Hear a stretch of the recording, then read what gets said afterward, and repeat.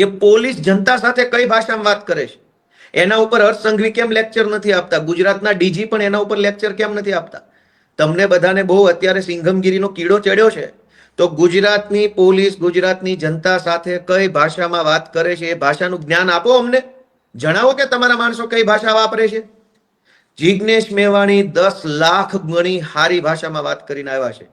બીજી વાત કે પોલીસની પોલીસ સાથેની ભાષા.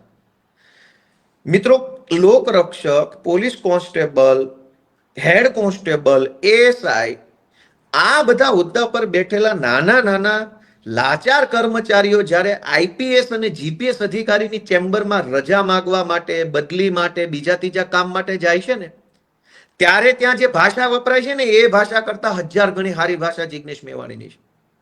હું પોલીસ છું અને જે પોલીસ વાળા કે પોલીસ પરિવારના લોકો મારો વિડીયો સાંભળતા હશે ને એ મારી વાતમાં સહમત થશે કે કોઈ કોન્સ્ટેબલ જ્યારે બદલી કરાવવા માટે રિક્વેસ્ટ કરવા એસપી ની ચેમ્બરમાં જાય, ડીવાયએસપી ની ચેમ્બરમાં જાય, આઈજી ની ચેમ્બરમાં જાય, એડીજી ની ચેમ્બરમાં જાય, ત્યારે એ કોન્સ્ટેબલ કે એએસઆઈ કે લોકરક્ષક સાથે જે ભાષામાં વાત થાય છે ને એ ભાષા સાંભળી ન શકાય એવી હોય છે.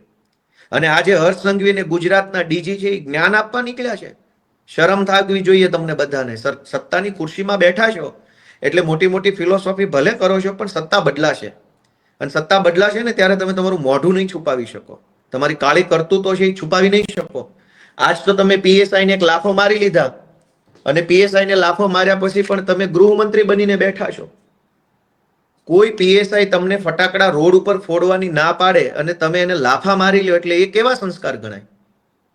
ફટાકડા રોડ ઉપર ફોડવાના હોય કે સાઈડમાં ફોડવાના હોય? અને રોડ ઉપર ફટાકડા ફોડો, ટ્રાફિક જામ થાય અને કોઈ ડ્યુટી ઉપરના પીએસઆઈ તમને રોકવાની કોશિશ કરે કે ભાઈ અહીંયા ના ફોડો, અને તમે એને બે લાફા મારી લ્યો. અને આજે 100 ચૂહે માર કે બિલ્લી હજ પે ચલી, આજ તમે જ્ઞાન આપવા નીકળ્યા છો ગુજરાતના લોકોને. તમે 2 લાફા મારી લીધેલા છે, કેટલા બધા લાફા પીઆઈ ને મારી લીધેલા છે અને એના પટ્ટા ઉતરાવી દીધા છે, અને તમે આજ હવે પોલીસને હાથો બનાવવા નીકળ્યા છો.